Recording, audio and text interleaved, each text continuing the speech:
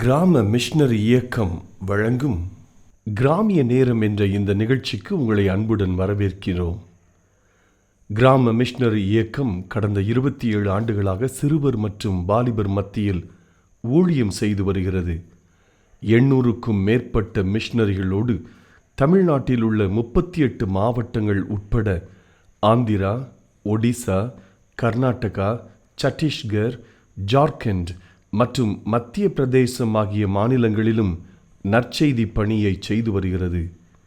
எமது இலக்கு 1,00,000 கிராமங்கள், 7,000 மிஷனரிகள், ஒவ்வொரு மாநிலத்திலும் 500 மிஷனரிகள். எமது தரிசனம் என் ஆட்டுக்குட்டிகளை மேய்ப்பாயாக என்ற வசனத்தின்படி கிராமங்களில் உள்ள சிறுவர் மற்றும் வாலிபர்களை கிறிஸ்துவுக்குள் வழிநடத்தி அவர்கள் மூலம் கிராமங்களை சுவிசேஷ மயமாக்குதல், சந்திக்கப்படும் சிறுவர் மற்றும் வாலிபர்களை நாளைய தலைவர்களாகவும் ஊழியர்களாகவும் உருவாக்குதல், ஒவ்வொரு கிறிஸ்தவரையும் ஆத்தும ஆதாயம் செய்கிறவராக மாற்றுதல்.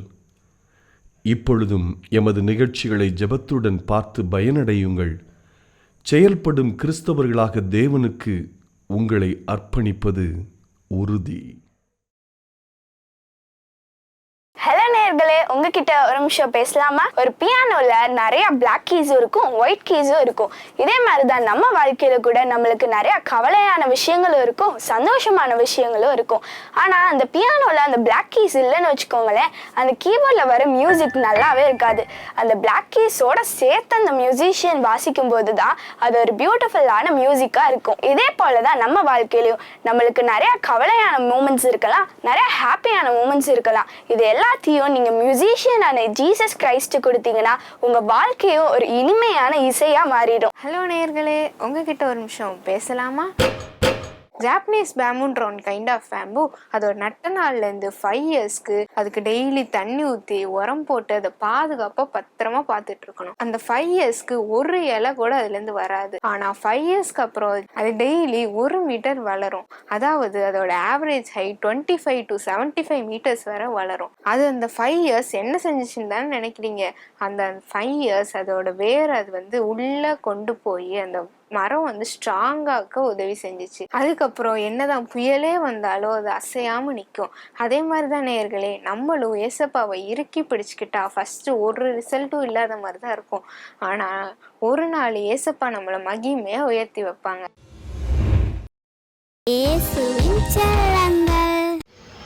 அழியாமல் அணைத்துக் கொண்டீர், கரையாமல் காத்து கொண்டீர், குறைவின்றி பிறத்து சென்றீர், பத்திரமாய் சுமந்திரே, தாய் கல்விலே பத்திரமாய் சுமந்திரே.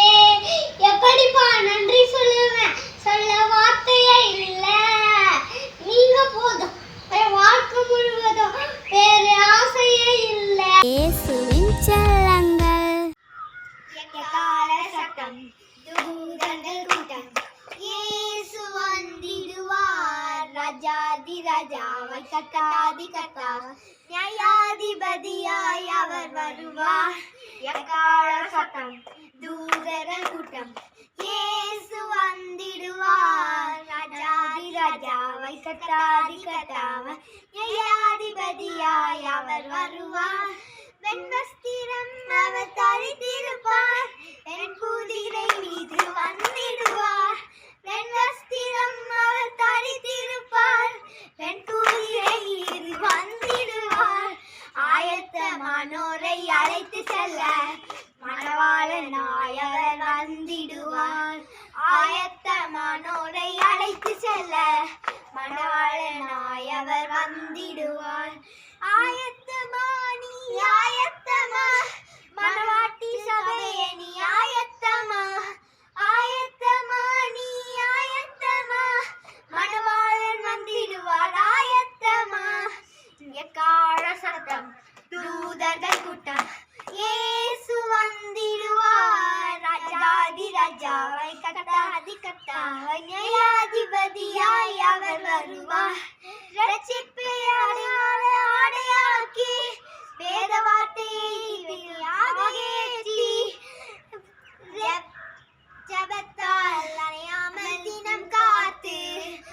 ஆவியானவர் துணையோடு காத்திருப்போம். ஜெபத்தால் அணையாமல் தினம் காத்து ஆவியானவரோடு காத்திருப்போம். எக்கால சத்தம் தூதர்கள் கூட்டம் இயேசு வந்திடுவார். ராஜாதி ராஜாவை கர்த்தாதி கர்த்தா நியாயாதிபதியாய் அவர் வருவார். எக்கால சத்தம் தூதர்கள் கூட்டம் இயேசு வந்திடுவார். ராஜாதி ராஜாவை கர்த்தாதி கர்த்தாவாய் நியாயாதிபதியாய் அவர் வருவார். நன்றி. இயேசுவின் செல்லங்கள். Praise the Lord. சின்ன சின்ன ஆட்டுக்குட்டி, அழகான ஆட்டுக்குட்டி, உன்னை படைத்த தேவனுக்கு நன்றி சொல்லு. உன்னை படைத்த தேவனுக்கு நன்றி சொல்லு. நீ பசியாய் இருக்கும் போது அழகான புல்வெளியும் தாகமாக இருக்கும் போது தண்ணீரையும் தருகிறவர் இயேசு. ஜீவ தண்ணீரையும் தருகிறவர் இயேசு. ஜீவ தண்ணீரையும் தருகிறவர் இயேசு. சின்ன சின்ன ஆட்டுக்குட்டி, அழகான ஆட்டுக்குட்டி, உன்னை படைத்த தேவனுக்கு நன்றி சொல்லு. உன்னை படைத்த தேவனுக்கு நன்றி சொல்லு. Thank you. இயேசுவின் செல்லங்கள். என் பெயர் கேரி ஜெயின் விராட்லி. நான் 4ஆம் வகுப்பு படிக்கிறேன். எங்கள் அம்மா பெயர் ராஜகம்பீரம். எங்கள் அம்மா பேர் ஜாசி சிவராணி. நான் இப்போ வசனம் சொல்ல போகிறேன். துர்மார்க்கருடைய ஆலோசனையில் நடவாமலும் பாழிட வழியில் நிலாமலும் பரியாசக்காரர் உட்காரும் இடத்தில் உட்காரவும் கர்த்தருடைய வேதத்தில் பிரியமாயிருந்து அவருடைய வேதத்தில் தியானமாய் இருக்கிற மனுஷன் பாக்கியவான். அவன் நீர்க்காலின் ஓரமாய் நடப்பட்டு தன் காலத்தில் தன் கனியை தந்து இலை உதிராத இருக்கிற மரத்தை போல் இருப்பான். அவன் செய்வதெல்லாம் வாய்க்கும். அப்பொழுது துர்மார்க்கரோ அப்படி அல்லாமல் காற்று பறக்கடிக்கும் பதை போல் இருக்கிறார்கள். ஆகையால் துர்மார்க்கர் நியாயத்தீர்ப்பிலும் பாவிகள் வழியிலும் நிலைநிற்பதில்லை.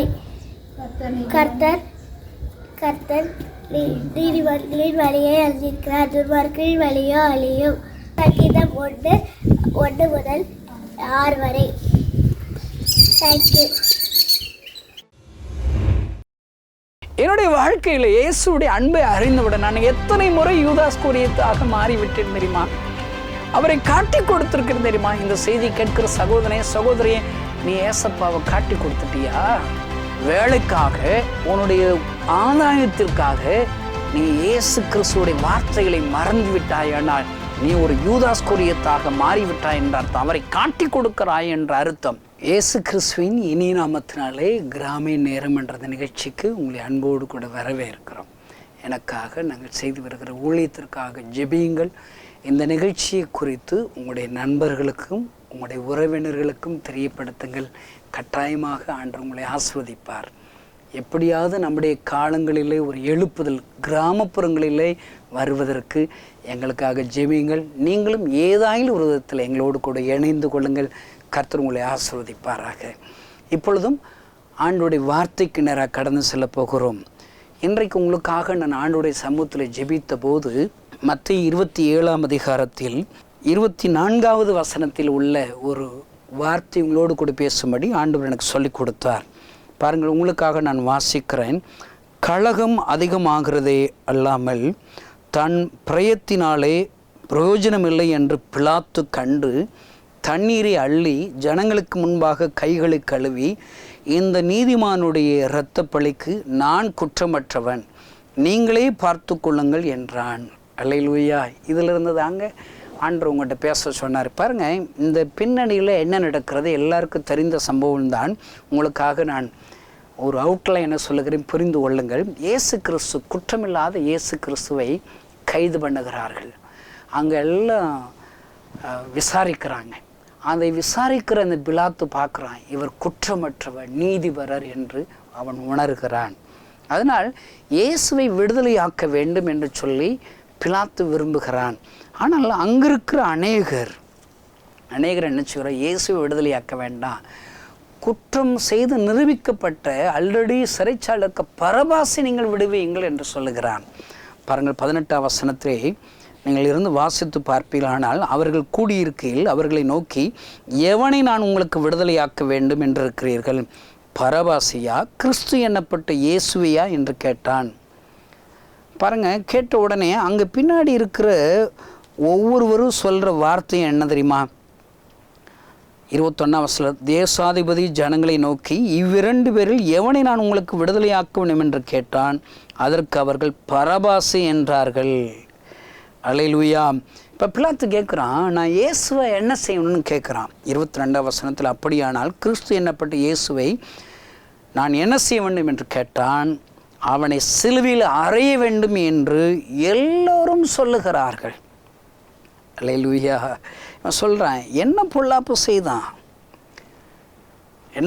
செய்தான் சொல்லி கேட்குறான். இன்னும் சத்தமாக அதிகமாக ஜனங்கள் இயேசுவை சிலுவையில் அடிக்க வேண்டும் என்று தான் கத்துகிறார்கள்.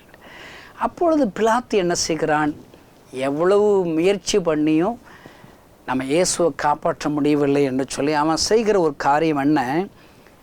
தண்ணீரை எடுக்கிறான், தண்ணீரை அள்ளி அவருக்கு மூலம் கைகளை கழுவுறான். இந்த செய்தியுடைய தலைப்பு என்ன தெரியுமாங்க? கை கழுவுறது. கையை கழுவியாச்சுப்பா. நீங்கள் எத்தனை வாட்டி சொல்லியிருக்கிறீங்க, அவனை கை கழுவியாச்சுங்க, அந்த வேலையை கை கழுவியாச்சுங்க. இப்படி எவ்வளோ வாட்டி சொல்கிறான். பிலாத்து கை கழுவிடுறான். இதை பார்க்கும்போது எங்கூட நிறைய ஆண்டு எனக்கு கற்றுக் கொடுத்தாருங்க. எனக்கு எப்பவுமேங்க இந்த பிலாத்து இப்படி ஆண்டவர் கைகள் ஒரு பார்த்தோன்னே எனக்கு பிலாத்து மேலே கோவம் வரும். பைபிள் படிக்கலங்க, அப்படியே அந்த கேரக்டராகவே நாங்கள் மாறிடணும். அந்த சூழ்நிலைகளை அப்படியே உங்கள் சிந்தனையில் கொண்டு வரணும். அந்த காலத்தில் நான் சினிமா பார்க்கும்போது நான் விரும்புகிற ஒரு நடிகரை யாராவது அடிச்சிட்டா, நடிகர் அழுதுட்டா நானும் சேர்ந்து அழுவேங்க. ஐயோ, என் ஹீரோவை அடிச்சிட்டானு அப்படியே அழுவேங்க. பார்த்தீங்களா, நான் ஒரு கிராமத்தில் செக்கானூர்னி என்று ஒரு மதுரை பக்கத்தில் ஒரு இடத்துக்கு பக்கத்தில் ஒரு கிராமத்தில் போய் திரைப்படம் போட்டோம். கருணாமூர்த்தி என்கிற திரைப்படம் போட்டோம்.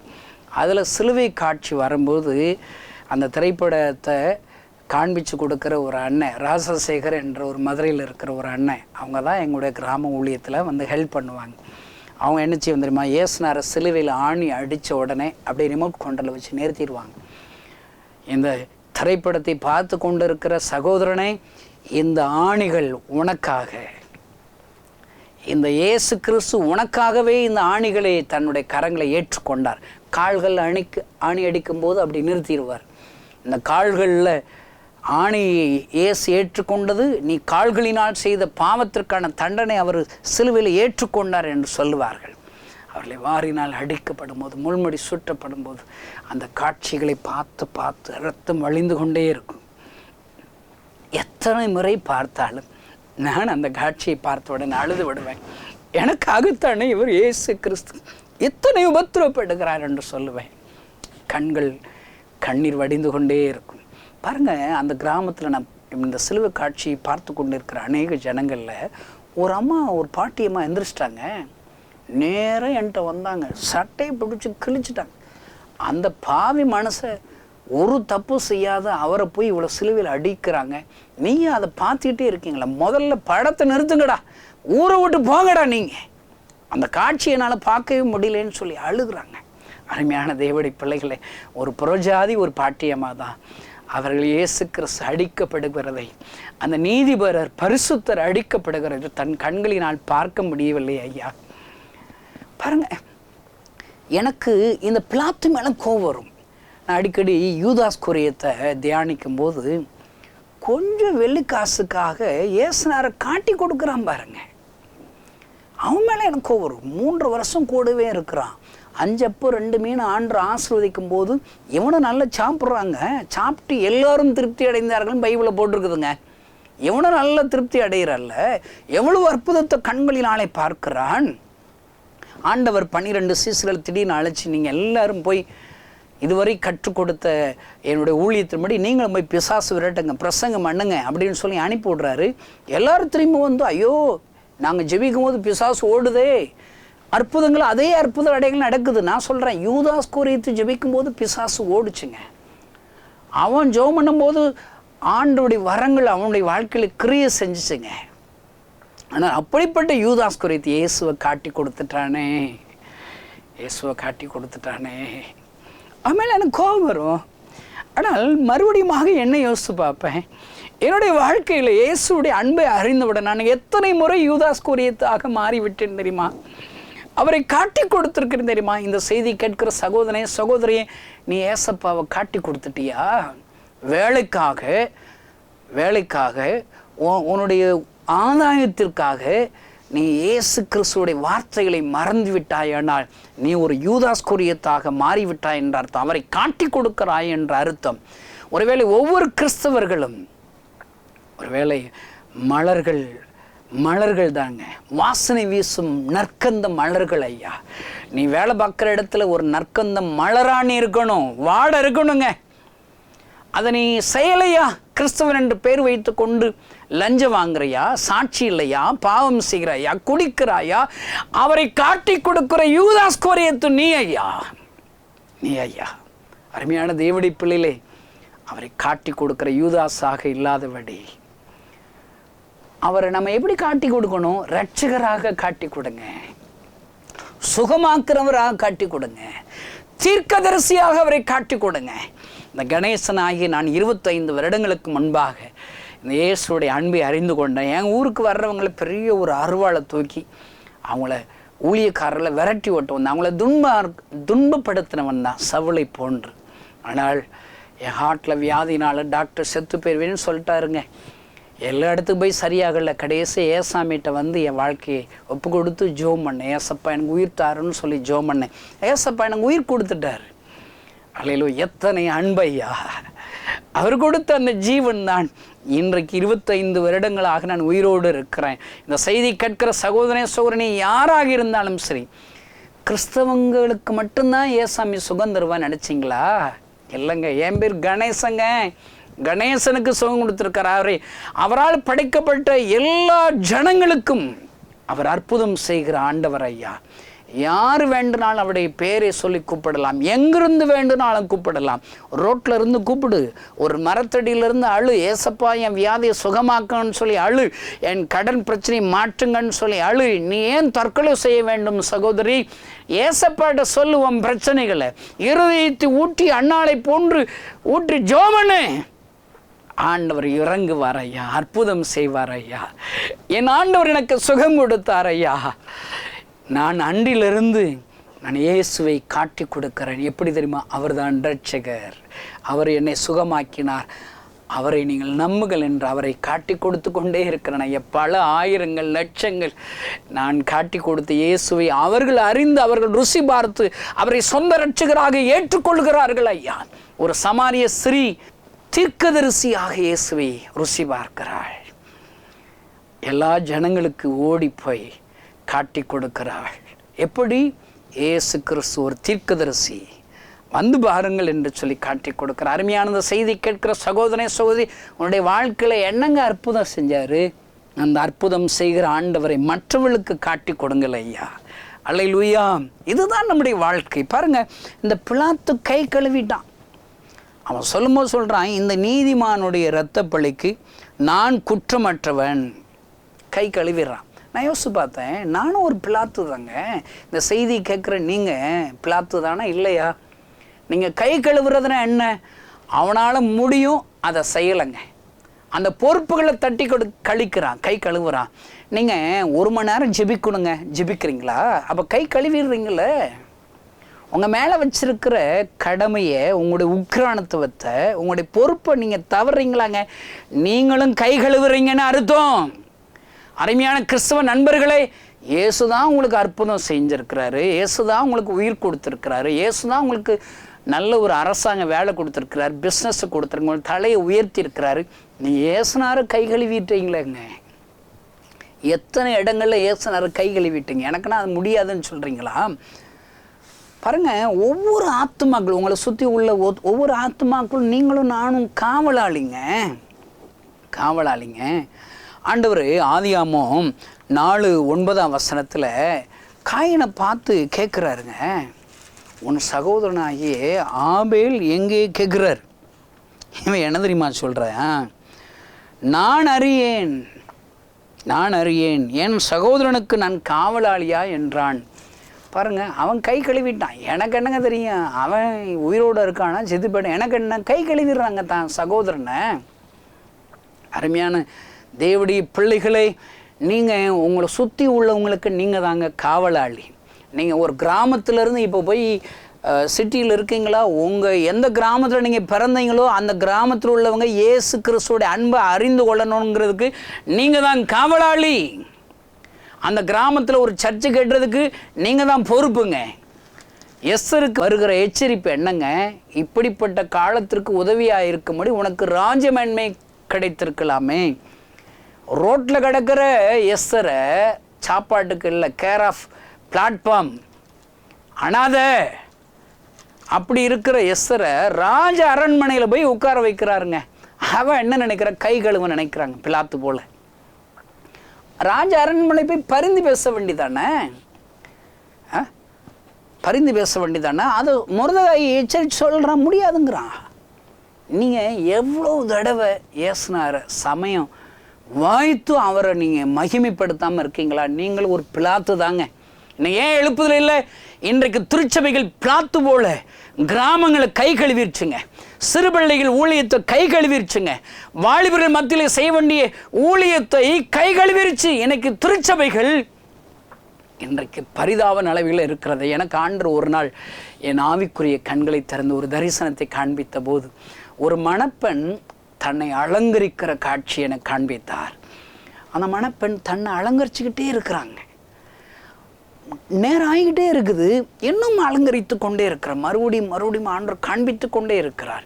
நான் கேட்குறேன், இந்த மணப்பெண் அலங்கரிக்கிறத மட்டும்தான் ஆண்டவர் காமிக்கிறாரே, அந்த மணப்பெண் அலங்கரித்து என்ன செய்யணும்? மணமகனிடத்தில் தன்னை காண்பிக்க வேண்டும். அல்லேலூயா. ஆனால் என்ன செய்கிறாங்க? அலங்கரிச்சுக்கிட்டே இருக்காங்க. ஆண்டவர் என்னிடத்தில் அப்பொழுது ஆண்டவருடைய வார்த்தை எனக்கு வந்துச்சிருமா, இதுபோல தானே இன்றைக்கு என் பிள்ளைகள் இருக்கிறார்கள், என் திருச்சபைகள் இருக்கிறார்கள், என் ஊழியக்காரர்கள் இருக்கிறார்கள். தன்னைத்தானே அலங்கரிச்சுக்கிட்டே இருக்கிறாங்க. கிரியை செய்ய மறுத்துவிட்ட இந்த மணப்பெண்ணாகத்தான், மணவாட்டியாகத்தான் இருக்கிறோம் ஐயா. இந்த செய்தியை கேட்கிற சகோதரனே சகோதரியே, மணவாட்டி நம்ம அலங்கரித்து மணவாளனுக்கு முன்பாக நிற்க வேண்டும் ஐயா. அதற்கென்று ஆயத்தமாக வேண்டும். இன்றைக்கு நான் பார்க்கிற ஒரு 25 வருஷத்துக்கு முன்னாடி ஒரு சர்ச்சு பார்த்தேன். அது ஒரு ஓடு போட்ட சர்ச்சு தான் இருந்துச்சு, பழசாக இருக்கும். அடுத்து கொஞ்சம் வருஷங்கள் கழித்து பார்த்தா அந்த ஓட்டு சர்ச்செல்லாம் எடுத்து போயிட்டு ஒருவேளை ஹாஸ்பிட்டல் ஓடு போட்டு இருக்குது, கொஞ்சம் அலங்கரிச்சிட்டாங்க, பார்க்க அழகாக இருக்குது, பெயிண்டெல்லாம் அடிச்சிட்டாங்க. இன்னும் கொஞ்சம் நாள் கழித்து பார்த்தா அந்த ஹாஸ்பிட்டல் சீட்டே இல்லை, நல்ல சென்ட்ரிங் போட்டாங்க. பார்த்தீங்களா, இன்னும் அழகு ஆயிடுச்சு. அடுத்து பார்த்தேன் தரையெல்லாம் சிமெண்ட் தரை தாங்க இருந்துச்சு.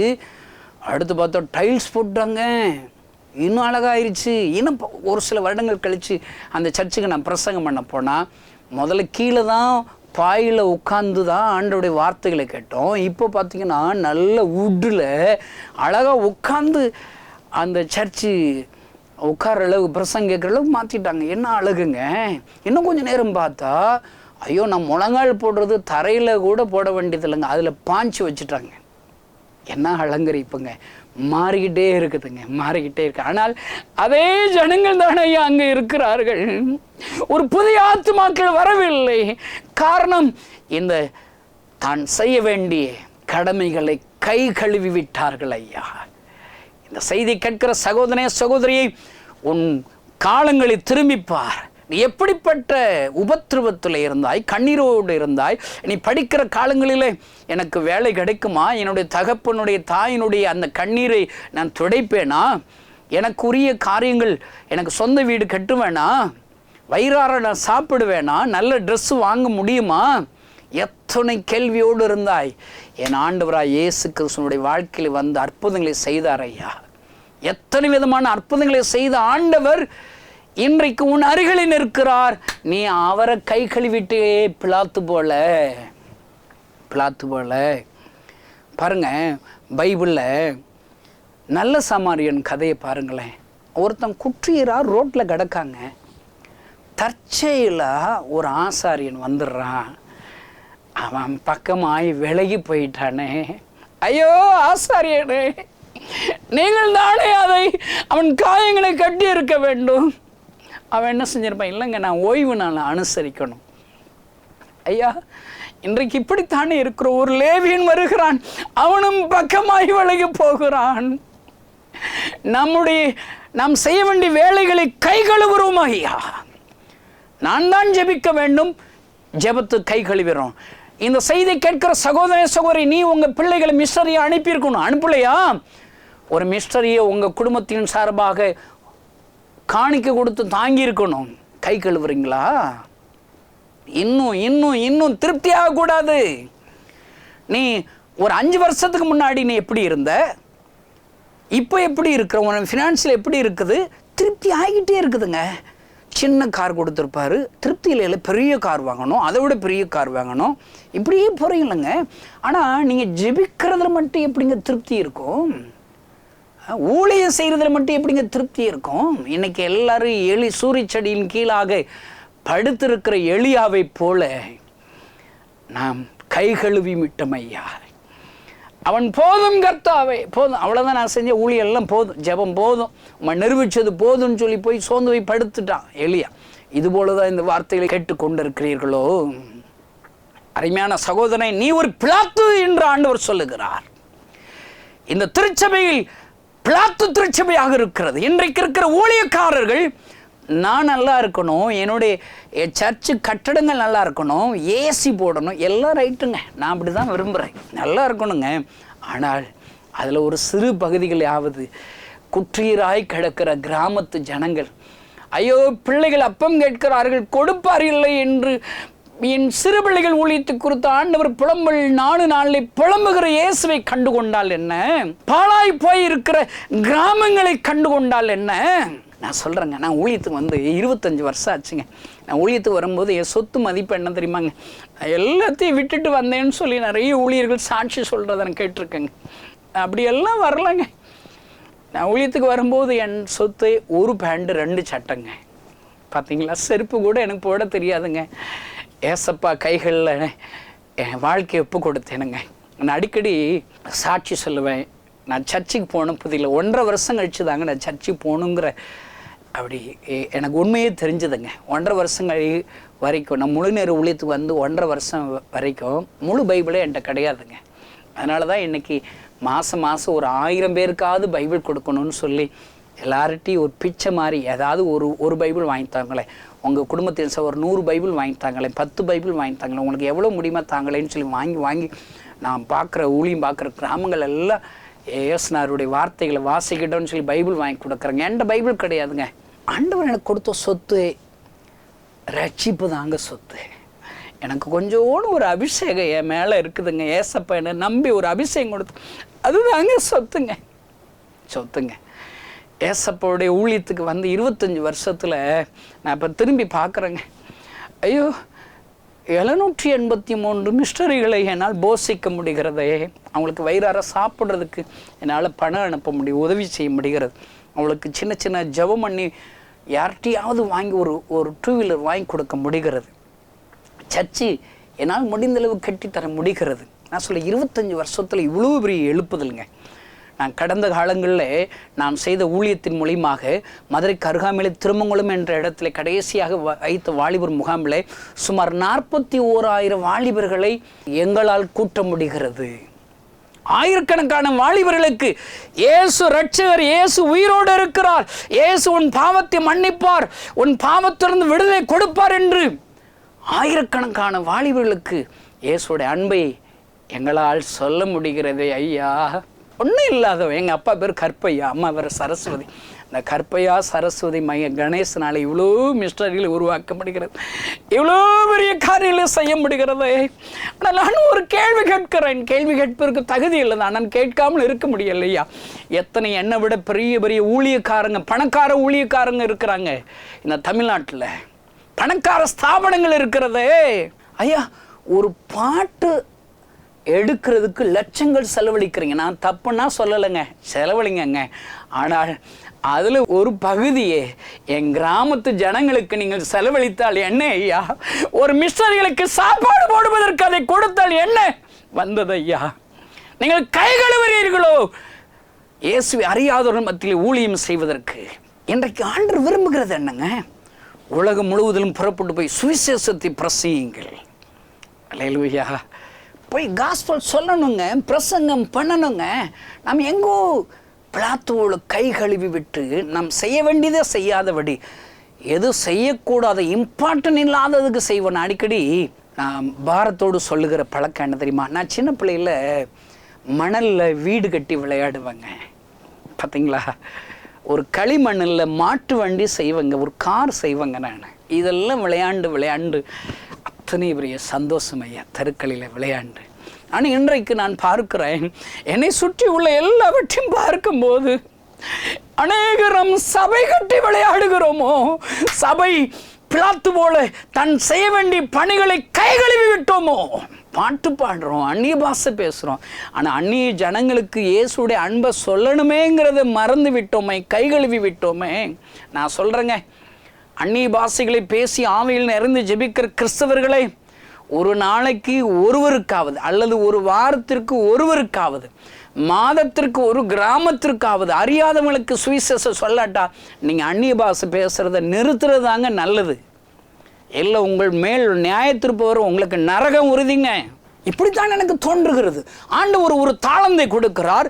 அந்த தாளந்தை புதைத்து வைத்த அவனை பற்கடிப்பும் அழுகையும் பற்கடிப்பும் உள்ள இடத்துல தள்ளி போடுங்கள் என்று சொல்லுகிறார். கை கழுவுறோமா? ஆண்டவருங்க நம்மகிட்ட என்ன கொடுத்தாலும் கணக்கு கேட்பாருங்க, கணக்கு கேட்பார். அல்லேலூயா. நாம் கை கழுவுறோமா?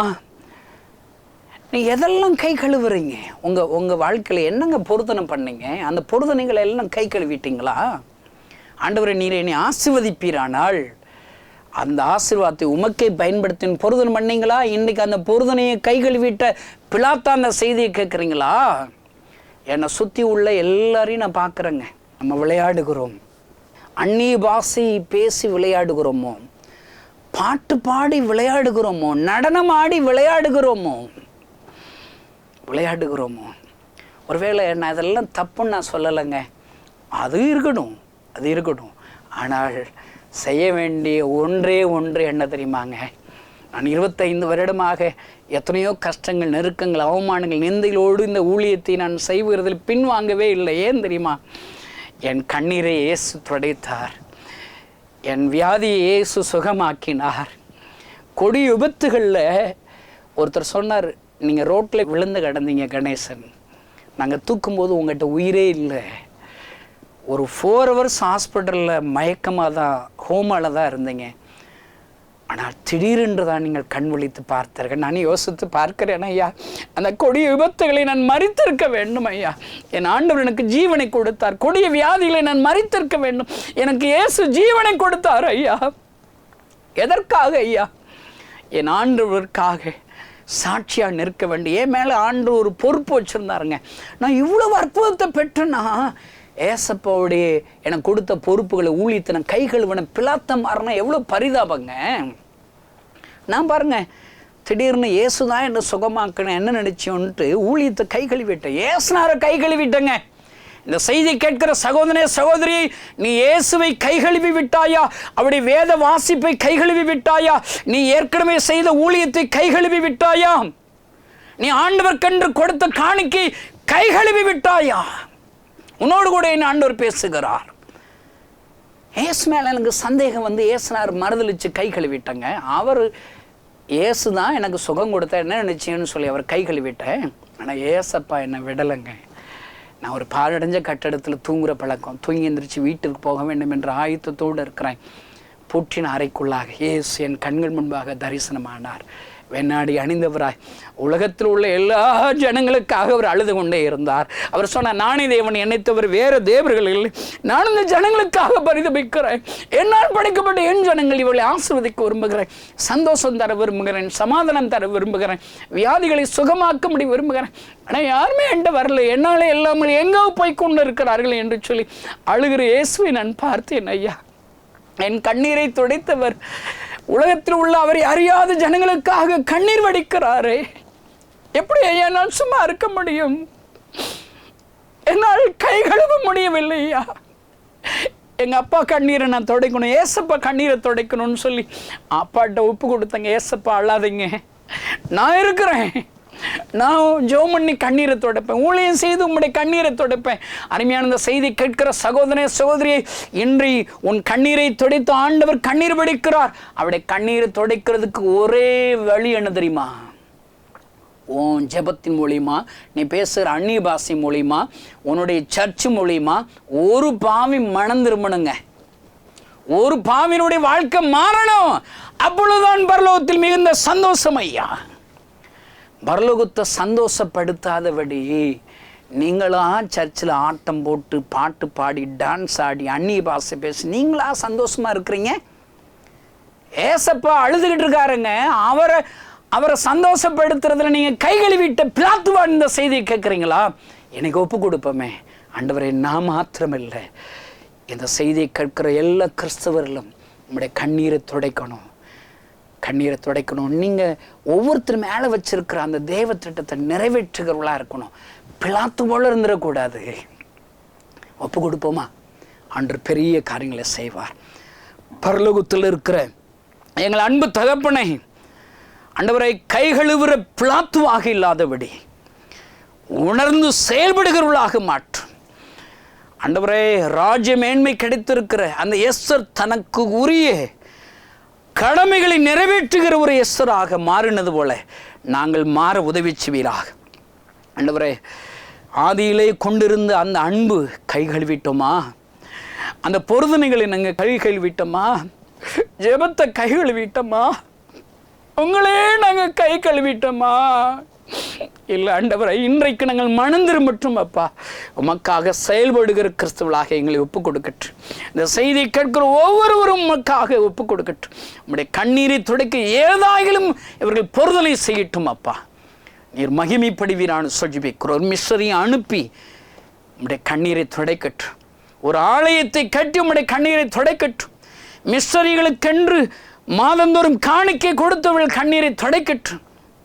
ஏதாயிலும் மக்கென்று செய்து நம்முடைய கண்ணீரை துடைக்கிற கிறிஸ்தவர்களாக, அர்த்தமுள்ள கிறிஸ்துவ வாழ்க்கை வாழ்கிறவர்களாக மாற்றும். கைகள் வருகிற பிலாத்துடைய வாழ்க்கை மாறட்டும். அப்படிப்பட்ட இருதயங்கள் மாறட்டுமாப்பா. ஆசீர்வதியும் இயேசு நாமத்தினால் பிதாவே, ஆமென். இந்த செய்தி நிச்சயமாக உங்களை செயல்பட தூண்டிருக்கும் என விசுவாசிக்கிறோம். நீங்களும் எங்களோடு இணைந்து தேவனுக்காக ஏதாவது செய்ய விரும்புகிறீர்களா? கீழ்கண்ட எங்களது ஊழிய திட்டத்திற்காக ஜெபிக்க முன்வரலாமே. தமிழ்நாடு மற்றும் பிற மாநிலங்களிலும் ஆலயம் கட்ட தேவையாய் உள்ள 1000 கிராமங்களில் இடம் வாங்கி ஆலயம் கட்டப்பட ரூபாய் 5 லட்சமோ அல்லது அதில் ஒரு பகுதியோ கொடுத்து ஆலயம் கட்டி கொடுப்போர் எழும்ப ஜெபியுங்கள். சூனேமியால் எலிசாவுக்கு ஒரு அறை வீட்டை கட்டி கொடுத்தது போல புதிய மிஷனரிகள் தங்கி பயிற்சி எடுப்பதற்கு ரூபாய் 2 லட்சம் கொடுத்து ஒரு மிஷனரி வீட்டை கட்டி கொடுப்போர் எழும்ப ஜெபியுங்கள். நாம் சந்திக்கும் வாலிபர்கள் மற்றும் ஆரம்ப விசுவாசிகளை கிறிஸ்துவுக்குள் வளரச் செய்ய ரூபாய் 300 கொடுத்து முழு வேதாகமும் வாங்கி கொடுப்போர் எழும்ப ஜெபியுங்கள். நாம் பணி செய்யும் 8 மாநிலங்களிலும் உள்ள 880 மிஷனரிகளை மாதந்தோறும் ரூபாய் 10,000 கொடுத்தோ அல்லது இயன்ற காணிக்கையை கொடுத்தோ தாங்குவோர் எழும்ப ஜெபியுங்கள். தமிழ்நாடு மற்றும் பிற மாநிலங்களிலும் துரிதமாக சுவிசேஷம் அறிவிக்கவும் பின்தொடர் பணிக்காகவும் சுவிசேஷ வாகனங்கள் வாங்கி கொடுப்போர் எழும்ப ஜெபியுங்கள். தங்கள் வாலிப மற்றும் சிறு பிள்ளைகள் ரட்சிக்கப்பட, அபிஷேகிக்கப்பட மற்றும் இயேசுவுக்கு சாட்சியுள்ள பிள்ளைகளாக வளர கண்மணி பிள்ளைகள் இயேசுவுக்காக திட்டத்தில் தங்கள் பிள்ளைகளை இணைக்கிற பெற்றோர்கள் எழும்ப ஜெபியுங்கள். இந்தியா முழுவதிலும் இன்னும் துரிதமாக நம் மிஷனரி பணிகள் நடக்க மாதந்தோறும் அல்லது வருடத்திற்கு ஒரு முறையாவது ரூபாய் 1000 கொடுத்து எழுப்புதல் விரும்பும் பங்காளர் திட்டத்தில் இணைகிற அநேகர் எழும்ப ஜெபியுங்கள். மேலும் எங்களோடு தொடர்பு கொள்ள விரும்பினால் திரையில் காணும் எங்கள் முகவரியும் குறித்துக் கொள்ளுங்கள். கிராம மிஷனரி இயக்கம், தபால் பெட்டி எண் 51, விருதுநகர் 626001. இந்த நிகழ்ச்சியையோ அல்லது எங்கள் ஊழியத்தையோ நீங்கள் தாங்க விரும்பினால் எங்கள் தொலைபேசி எண்ணை குறித்துக் கொள்ளுங்கள். 7378000444. கர்த்தர் தாமே உங்களை ஆசீர்வதிப்பாராக.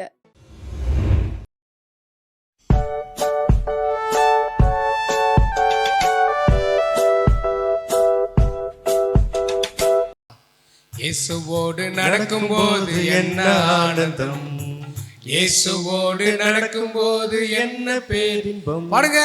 இயேசுவோடு நடக்கும்போது என்ன ஆனந்தம். சத்தமா. இயேசுவோடு நடக்கும்போது என்ன பேரின்பம். இயேசுவோடு நடக்கும்போது கண்ணீர் இல்லையே. இயேசுவோடு நடக்கும்போது கவலை இல்லையே. இயேசுவோடு நடக்கும்போது கண்ணீர் இல்லையே. இயேசுவோடு நடக்கும்போது கவலை இல்லையே. எல்லாமே எல்லாமே இயேசுதானே. எல்லாமே எல்லாமே இயேசுதானே. Very good. நல்லா கை தட்டுங்க. இப்போ இதுக்கு ஒரு ஆக்ஷன் பார்த்துலாமா? இயேசுவோடு நடக்கும்போது என்ன ஆனந்தம். இயேசுவோடு நடக்கும்போது என்ன பேரின்பம். இயேசுவோடு நடக்கும்போது என்ன ஆனந்தம். இயேசுவோடு நடக்கும்போது என்ன பேரின்பம். இயேசுவோடு நடக்கும்போது கண்ணீர் இல்லையே. இயேசுவோடு நடக்கும்போது கவலை இல்லையே. இயேசுவோடு நடக்கும்போது கண்ணீர் இல்லையே. இயேசுவோடு நடக்கும்போது கவலை இல்லையே. எல்லாமே எல்லாமே இயேசுதானே. எனக்கு எல்லாமே எல்லாமே இயேசுதானே. நமக்கு எல்லாமே எல்லாமே இயேசுதானே. உனக்கு எல்லாமே எல்லாமே இயேசுதானே. இயேசுதானே. போடு. இயேசுவோடு என்ன ஆனந்தம். எல்லாம் சேர்ந்து பாடுவோம். இயேசுவோடு நடக்கும்போது என்ன பேரின்பம். இயேசுவோடு நடக்கும்போது என்ன ஆனந்தம். இயேசுவோடு நடக்கும்போது என்ன பேரின்பம். இயேசுவோடு நடக்கும்போது கண்ணீர் இல்லையே. இயேசுவோடு நடக்கும்போது கவலை இல்லையே. இயேசுவோடு நடக்கும்போது கண்ணீர் இல்லையே. இயேசுவோடு நடக்கும்போது கவலை இல்லையே. எல்லாமே எல்லாமே இயேசுதானே. எல்லாமே எல்லாமே இயேசுதானே. எனக்கு எல்லாமே எல்லாமே இயேசுதானே. நமக்கு எல்லாமே எல்லாமே. உனக்கு எல்லாமே எல்லாமே இயேசுதானே. Super super. நல்லா கை தட்டுங்க. சரி.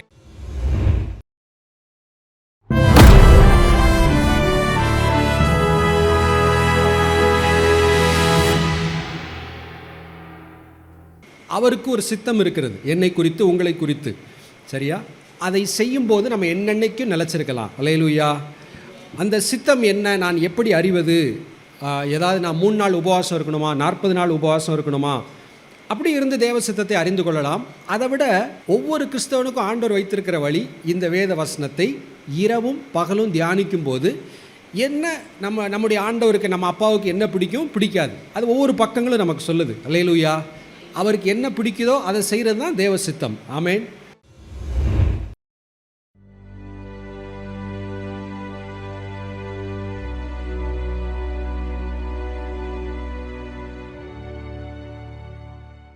ஒளியை பின்தொடர்ந்த ஒருத்தரோட வாழ்க்கையை பற்றி தான் இன்றைக்கி நம்ம பார்க்க போகிறோம். சாமுவேல் மாரிஸ் சின்ன வயசுலேருந்தே அவங்க அப்பாவை மட்டுமே நம்பி வாழ்ந்த ஒரு சின்ன பையனோட வாழ்க்கை தான் இது. அவங்க அப்பா ஆப்பிரிக்கா தேசத்தில் ஒரு ட்ரைபல் பீப்புள் அப்படின்னு சொல்லுவாங்க, பழங்குடியினர்கள். ஸோ காட்டுவாசி பகுதியில் இருக்கிற அந்த கூட்ட ஜனங்களை கூட வாழ்ந்த ஒருத்தர் தான் இவர். அவங்க அப்பா அந்த கூட்டத்தின் தலைவராக வாழ்ந்தார். ஸோ இந்த சின்ன பையனுக்கும் அவங்க அப்பாவை போல் வாழணும், அவங்க அப்பா மாதிரியே இருக்கணுன்ற ஒரு ஆசை இருந்தது. ஸோ அப்படியே அவங்க அப்பாவை மட்டுமே நம்பி வாழ்ந்த அந்த சின்ன பையனோட வாழ்க்கை திடீர்னு ஒரு நாள் இன்னொரு பழங்குடியினர்கள் பையனை அவங்க அப்பாவோட இடத்தை பிடிக்கக்கூடாது அப்படின்ற அந்த நோக்கத்தோட இந்த பையனை வந்து ஒரு மரத்தில் கட்டி போட்டு கொலை செய்யணும் அப்படின்னு சொல்லி திட்டமிட்டு அந்த பையனை கடத்தி வந்த போது அப்பா வந்து அவங்க அப்பா எப்படியாச்சும் அவனை காப்பாத்திடுவாங்க அப்படின்ற ஒரு நம்பிக்கையோட அந்த பையன் அந்த எதிரி கூட்டம் என்ன செஞ்சாலும் அந்த அடி வலி எல்லாத்தையும் தாங்கி அவங்க அப்பா எப்படியாச்சும் அவனை காப்பாத்திடுவாங்கன்ற நம்பிக்கையோட இருந்த போது அவங்க அப்பாவாலையும் எதுவும் செய்ய முடியாதுன்னு தெரிஞ்சப்போ ரொம்ப வேதனையோட அந்த மரத்துல கட்டி போட்டு அப்படியே நின்றுட்டு இருந்தான்.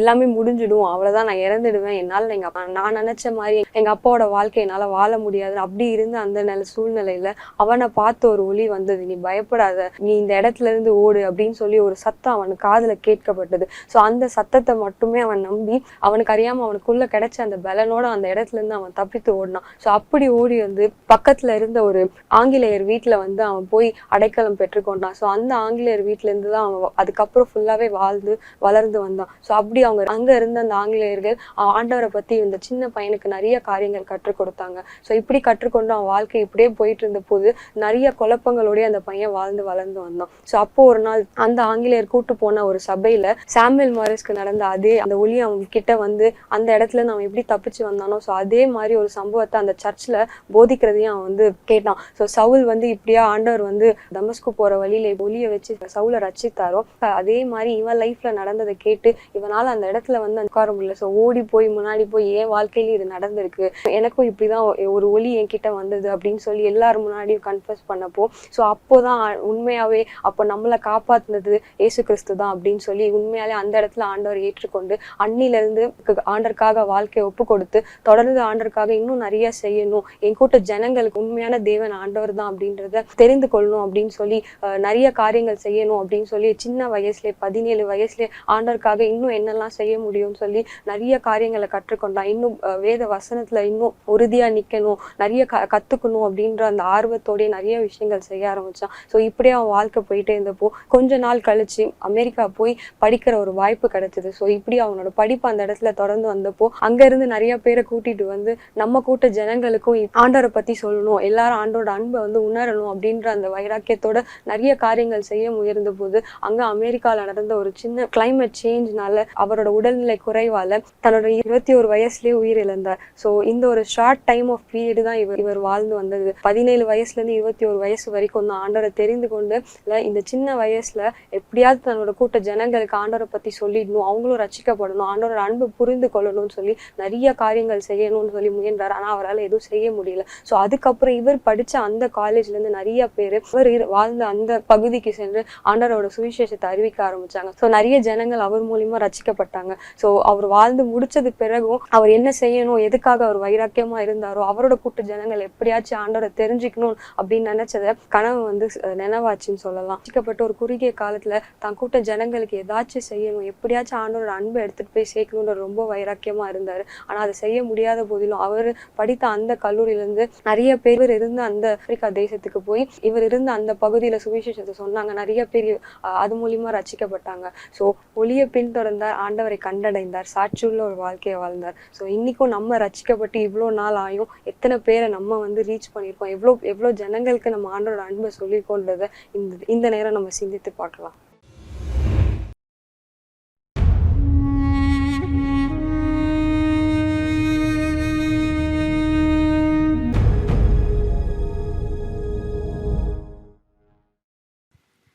ஆண்டவராகிய இயேசு கிறிஸ்துவின் நாமத்தினாலே அன்பின் வாழ்த்துக்களை தெரிவித்துக் கொள்கிறேன். ஒரு குயவன் வந்து நிறைய பானைகளை செஞ்சு வச்சுருப்பாரு. அதுக்குன்னு அவங்க வீட்டுக்கு உபயோகத்திற்காக 3 பழைய பானையை வச்சுருப்பாரு. அப்போ அந்த 3 பழைய பானையும் ஒருவருக்கொரு பேசிகிட்டே இருக்குமா. அந்த பழைய பானை சொல்லுமா, இந்த வீட்டில் இருக்கிறது எனக்கு ரொம்ப சந்தோஷமாக இருக்குது அப்படின்னு ஃபஸ்ட்டு பானை சொல்லும். 2வது பானை சொல்லும், எனக்கும் இந்த வீட்டில் இருக்கிறதுக்கு ரொம்ப சந்தோஷமாக இருக்குது அப்படின்னு சொல்லி 2 பேரும் பேசிகிட்டு இருப்பாங்க. அப்போ 3வது பானை சொல்லுமா, ஐயோ எனக்கு இந்த வீட்டில் இருக்க ரொம்ப கஷ்டமாக இருக்குது, எனக்கு பிடிக்கல, எனக்கு வெளியே போகணுன்னு ஆசையாக இருக்குது, பெரிய பணக்கார வீட்டில் இருக்கணும்னு எனக்கு ஆசையாக இருக்குது அப்படின்னு சொல்லி அந்த 3வது பானை சொல்லுமா. அப்போது அந்த குயவன் கடைக்கு ஒரு பெரிய பணக்காரர் வந்து பானை வாங்கிட்டு இருப்பாரு. அப்போ அந்த குயவன் வந்து இது புதிய பானைகள்லாம் காமிச்சிட்டு இருப்பாரு. அப்போ அந்த பெரிய பணக்காரர் சொல்லுவார், இல்லை எனக்கு புதிய பானை வேண்டாம், நீங்கள் பழைய பானை தான் எனக்கு வேணும், புதிய பானை செய்கிற அந்த அந்த எந்த விலைக்கு விற்கிறீங்களோ அதே போல் நான் அந்த பழைய பானை நான் வாங்கிக்கிடுவேன் அப்படின்னு சொல்லி அந்த பணக்காரர் சொல்லுவாராம். அப்போ நான் என்னுடைய உபயோகத்திற்காக வைத்த அந்த 3 பானை தான் இருக்குன்னு எடுத்துகிட்டு வந்து காமிப்பார். அப்போ பரவாயில்ல இருக்கட்டும், இதுலேயே நான் ஒரு பானையை எடுத்துக்கிறதே அப்படின்னு சொல்லி அந்த பணக்காரர் நினச்சிருவாருன்னா இந்த வீட்டில் இருக்கவே பிடிக்கலன்னு சொன்ன அந்த பானையை தான் அந்த பணக்காரர் எனக்கு இந்த பானை வேணும் அப்படின்னு சொல்லி வாங்கிட்டு போயிடுவார். வாங்கிட்டு போனோடனே வீட்டில் போய் தண்ணி ஊற்றி வைப்பாராம். அந்த பானை இருக்குல்ல அந்த விளிம்பு வந்து உடஞ்சி போயிருமா. உடஞ்சி போனோடனே அந்த பணக்காரர் நினைச்சிடாரு, அந்த பானையை போய் தூர போட்டுறாரு. அப்போது அந்த பானை நினைக்குது, ஐயோ அந்த குயவனை வீட்டில் இருந்தால் கூட நான் சந்தோஷமாக இருந்திருப்பேனே, என்னை லேசாக உடஞ்சோடனே என்னை தூர போட்டாங்களே அப்படின்னு சொல்லி அந்த பானை நிச்சயமா நினைக்குமா. இப்போ அந்த உடஞ்சி போன பானை நினைக்குமா, ஐயோ நம்ம அந்த குயவன் வீட்டில் இருந்தால் கூட சந்தோஷமாக சமாதானமாக நம்ம இருந்திருப்போம், மித்த 2 பானைகளும் எவ்வளோ சந்தோஷமாக இருக்குது அப்படின்னு சொல்லி பல நாட்களாகவே அந்த குயவனுக்கு கையில் இருந்து அந்த பானை ரொம்ப நாளே எல்லாத்துக்கும் உபயோகமாக இருந்துச்சான். அதே போல தான் நம்ம இந்த உலகத்தில் வாழ்ந்துட்டு இருக்கிறோம். நம்ம கர்த்தருடைய கரத்தில் அடங்கி இருக்கும்போது ஆண்டவர் பலத்த காரியங்களை செய்ய வல்லவராக இருக்கிறார். ஆமீன். எத்தனையோ செய்திகளை நீங்க கேட்டிருப்பீங்க, எத்தனையோ செய்திகளை நீங்க கொடுத்திருப்பீங்க. ஆனா கேட்கிற ஒவ்வொரு செய்தியும், நம்ம கொடுக்கிற ஒவ்வொரு செய்தியும் நம்முடைய இருதயத்தை அசைக்கிறதா அப்படின்னு சொல்லி நம்ம யோசித்து பார்ப்போம்.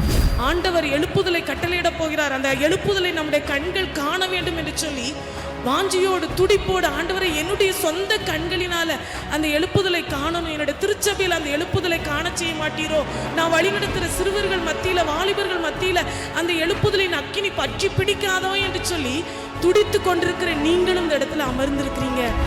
அன்று வாலிபன் ஜெபித்தான், ஆண்டவரை மறுபடியும் செய்யும், do it again Lord, do it again.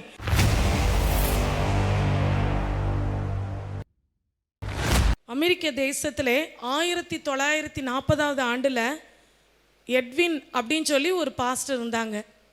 அவருக்கு கீழே நிறைய பைபிள் காலேஜ் ஸ்டூடெண்ட்ஸ்லாம் கொடுத்துருந்தாங்களாம். அப்போது அவங்க இந்த ஸ்டூடெண்ட்ஸ் எல்லாம் கூட்டிகிட்டு ஒரு ஸ்பிரிச்சுவல் டூர் போகணும் அப்படின்னு சொல்லி அரேஞ்ச் பண்ணியிருந்தாங்க. ஒரு 30 ஸ்டூடெண்ட்ஸை கூட்டிகிட்டு ஒரு இடத்துக்கு ஆவிக்குரிய சுற்றுலா அப்படின்னு சொல்லி கிளம்பி போகிறாங்க. கிளம்பி போய் ஒரு இடத்த பார்க்க போகிறாங்க. அந்த இடத்த போய் பார்த்துட்டு அங்கே இருக்கிற ஒவ்வொரு அறைகளையாக பார்க்குறாங்க. ஒவ்வொரு அறைகளையாக பார்க்கும் பொழுது அங்கே நடக்கிற காரியங்கள், இது அவர் பயன்படுத்தின லைப்ரரி அப்படின்னு சொல்லி ஒரு லைப்ரரியை காமிக்கிறாங்க. அங்கே நிறைய ஆவிக்குரிய புஸ்தகங்கள்லாம் இருக்குது. இது இவருடைய பெட்ரூம் அப்படின்னு சொல்லி ஒரு அறையை காமிக்கிறாங்க. அந்த இடத்துல போய் பார்க்கும்போது அவருடைய பெட்டுக்கு அருகாமையில் 2 முழங்கால் தடம் பதிக்கப்பட்டிருந்ததை பார்த்தாங்க. அதை பார்த்த உடனே அந்த போதகர் அந்த பைபிள் காலேஜ் ஸ்டூடெண்ட்ஸ்டெல்லாம் சொன்னார், இது ஒரு ஆவிக்குரிய மனிதன், இந்த இடத்துல அவர் தங்கி இருந்தார், இப்போ இந்த இடத்த நம்ம சுற்றுலா இடமா நம்ம பார்க்க வந்திருக்கிறோம் அப்படின்னு சொல்லி சொன்னாங்க. அப்போது எல்லாத்தையும் பார்த்துட்டு எல்லா மாணவர்களும் ஜாலியாக என்ஜாய் பண்ணிவிட்டு பஸ்ஸில் ஏறிட்டாங்க. பஸ்ஸில் ஏறிட்டு எத்தனை பேர் வந்தாங்க அப்படின்னு சொல்லி கவுண்ட் பண்ணி பார்க்கும்போதுல ஒரு நபரை மட்டும் காணும். அப்போ அந்த ஒரு நபர் காணுனதும் அந்த எட்வின் பாஸ்டர் மறுபடியும் இறங்கி அந்த அறையை ஃபுல்லாக, அந்த இடம் ஃபுல்லாக பார்க்குறாரு. அந்த கூட்டிகிட்டு வந்த அந்த இடத்த ஃபுல்லாக மறுபடியும் யார் மிஸ் பண்ணிட்டோம், அவங்கள மறுபடியும் நம்ம பஸ்ஸில் ஏற்றணுமே அப்படின்னு சொல்லி பார்க்குறாரு. அப்போது அவர் பாதம் படிந்திருந்த அந்த முழங்கால் படம் படிந்திருந்த அந்த இடத்துல அந்த பைபிள் காலேஜில் படிக்கும்படி வந்திருந்த ஒரு ஸ்டூடெண்ட் முழங்கால் படியிட்டு ஜெபிக்கிறாராம். அவர் ஜெபிக்கும் பொழுது அவர் சொன்ன வார்த்தை என்ன அப்படின்னு சொல்லி நான் சொல்கிறேன்.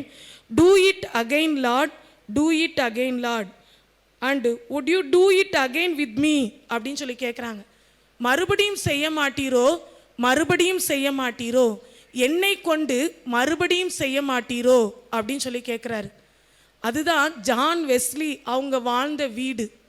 அவர் வாழ்ந்த அந்த வீட்டில் ஒரு செட் ஆஃப் பைபிள் காலேஜ் ஸ்டூடெண்ட்ஸை கூட்டிகிட்டு பார்வையிடும்படி ஒரு போதகர் வந்திருக்கிறார்.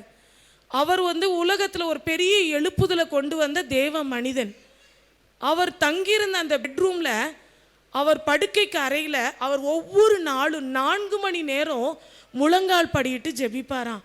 முழங்கால் படியிட்டு ஜெபிக்கும் பொழுது அவருடைய முழங்கால்கள் காய்ந்து போய் அவருடைய தோள்கள் அந்த தரையில் பதிந்து ஒரு குழியே என்ன செஞ்சிருச்சு, உண்டாயிருச்சு.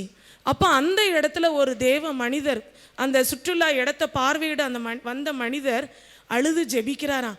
அன்று ஒரு நாள் ஜான் வெஸ்லியை கொண்டு தேசத்தில் எழுப்புதலை கட்டளையிட முடியுமானால் இன்று என்னையும் கொண்டு செய்யும் அப்படின்னு சொல்லி ஜெபிச்சிருக்கிறாரு. இந்த இடத்துல அமர்ந்திருக்கிற நம்ம ஒவ்வொருவரும் எழுப்புதலின் காலத்தில் நம்ம வந்திருக்கிறோம். ஆண்டவர் எழுப்புதலை கட்டளையிட போகிறார். அந்த எழுப்புதலை நம்முடைய கண்கள் காண வேண்டும் என்று சொல்லி வாஞ்சியோடு துடிப்போடு, ஆண்டவரை என்னுடைய சொந்த கண்களினால அந்த எழுப்புதலை காணணும், என்னுடைய திருச்சபையில் அந்த எழுப்புதலை காண செய்ய மாட்டீரோ, நான் வழிநடத்துகிற சிறுவர்கள் மத்தியில், வாலிபர்கள் மத்தியில் அந்த எழுப்புதலின் அக்கினி பற்றி பிடிக்காதோ என்று சொல்லி துடித்து கொண்டிருக்கிற நீங்களும் இந்த இடத்துல அமர்ந்திருக்கிறீங்க. அன்று வாலிபன் ஜெபித்தான், ஆண்டவரை மறுபடியும் செய்யும். என்றோ ஒரு நாள் நடந்த எழுப்புதல் இன்றைக்கு அல்ல, இன்றைக்கு என்னை கொண்டு செய்யும், என்னை கொண்டு செய்யும் அப்படின்னு சொல்லி ஜெபித்தாரு. அதுதான் யார் அப்படின்னு சொன்னால், உலக நாடுகளையே திரும்பி பார்க்க வைத்த பில்லி கிரஹாம் என்ற தேவ மனிதர். இன்னைக்கு ஆண்டவர் நம்முடைய வாழ்க்கையிலையும் அப்படிப்பட்ட தேவ மனிதர்களாக நீங்களும் நானும் மாற வேண்டும் என்று சொல்லி தேவன் எதிர்பார்க்கிறார். ஆண்டோடைய கரத்தில் நம்ம அர்ப்பணிப்போம். எத்தனையோ செய்திகளை நீங்கள் கேட்டிருப்பீங்க, எத்தனையோ செய்திகளை நீங்கள் கொடுத்துருப்பீங்க. ஆனால் கேட்கிற ஒவ்வொரு செய்தியும், நம்ம கொடுக்குற ஒவ்வொரு செய்தியும் நம்முடைய இருதயத்தை அசைக்கிறதா அப்படின்னு சொல்லி நம்ம யோசித்து பார்ப்போம். ஒருவேளை நம்முடைய இருதயத்தை அசைச்சு அந்த செய்தி மற்றவங்க முன்னாடி நம்ம பேசப்படும் பொழுது அது அநேகருடைய இருதயங்களை நிச்சயமாகவே உடைக்கும். எந்த ஒரு செய்தியும் தேவ சமூகத்தில் இருந்து நம்ம ஆயத்தப்படுத்தும் பொழுது முதலாவது ஆண்டவரை என்ன மாற்றும் அப்படிங்கிறது நம்முடைய இருதயத்தின்ல அந்த ஆழத்தில் வருகிற அந்த விண்ணப்பமாக மாறணும். இந்த தேவ மனிதர் அப்படியாக ஜெபித்தார். Do it again Lord, do it again. என்ன கொண்டு செய்யும் அப்படின்னு சொல்லி சொன்னார். மற்றவங்க வாழ்க்கையில் மாற்றத்தை உண்டு பண்ணணும்னு சொல்லி நம்ம விரும்புகிறோம், எதிர்பார்க்கிறோம், எல்லாம் சரிதான். ஆனால் அந்த மாற்றம் என்னிலே துவங்கட்டும், என்னிலே எழுப்புதலின் அக்கினி பற்றி பிடிக்கட்டும் அப்படிங்கிற ஒரு காரியம் நமக்குள்ளே தொடங்கும் பொழுது நிச்சயமாகவே அது நம்ம இருக்கிற கிராமம், நம்ம இருக்கிற பட்டணம், நம்ம இருக்கிற தேசத்தை பற்றி பிடிக்கும் அப்படிங்கிறதுல சந்தேகமே இல்லை.